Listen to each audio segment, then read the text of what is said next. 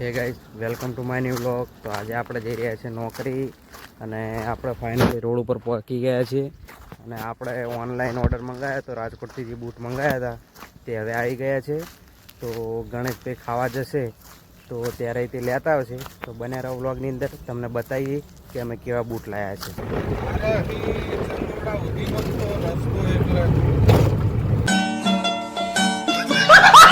આપણે ગણેશભાઈ ખાવા ગયા છે એને એક રાજકોટથી પાર્સલ આવ્યું છે આપણે સુજલભાઈનું. તો એટલે એ અનબોક્સિંગ કરીએ એટલે તમને વ્લોગમાં બન્યા રહેજો, એટલે એ અનબોક્સિંગ કરીને બતાવીએ. આપણા શૂઝ હવે આવી ગયા છે અને હવે તમે જોઈ શકો છો ગણેશભાઈ પણ આવી ગયા છે. આપણે કરશું શૂઝનું અનબોક્સિંગ, તો આપણી સાથે બન્યા રહો. ગણેશભાઈ, તમારે કોઈ કહેવું છે? તો ગાઈસ, આપણે જે પાર્સલ મંગાવ્યું હતું તમે જોઈ શકો છો.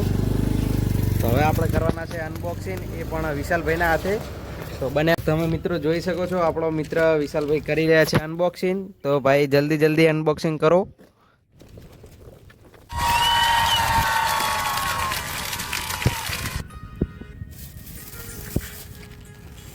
જોઈ શકો છો ગાઈસ, ફાઇનલી બૂટ આવી ગયા છે સુજલભાઈના. તો ગાઈસ, તમે જોઈ શકો છો કે બૂટની ક્વોલિટી પણ કેવી મસ્ત દેખાઈ રહી છે. તો ગણેશભાઈ જોઈએ. ગણેશભાઈ, તમારે શું કહેવું બૂટ વિશે? કઈ આ તો રાજકોટના પ્રખ્યાત શું? આ થોડી ખાવાની ગાઈસ વસ્તુ છે તો પ્રખ્યાત હશે.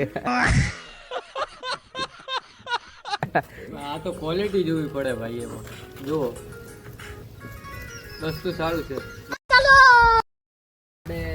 મેથી વાયતી ઉગી છે અને આ છે મૂળા છે અને આ મેથી છે, તો એ ઉગી ગયું છે. ગણેશભાઈ, તમારે શું કહેવું? જોઈ શકો છો અમારા બગીચામાં ફૂલ કેટલા સારા છે.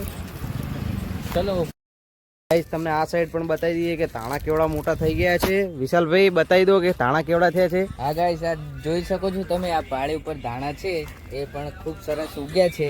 તો આનું પણ ધ્યાન રાખવું પડશે, કેમ કે રાતે ગાયો આવે છે એટલે ખાઈ ના જાય એ માટે. ગણેશભાઈ, તમારે શું કેવું? नहीं, तुम जो आए जिंदगी में बात बन गई. ગણેશભાઈ હવે જઈ રહ્યા છે ચા લેવા. તો તમે જોઈ શકો છો. અહીંયા જ ખતમ કરીએ અને શૂઝ કેવા લાગ્યા એ તે કમેન્ટની અંદર કરી દેજો અને તમે પણ મંગાવજો. મળીએ નેક્સ્ટ વ્લોગમાં.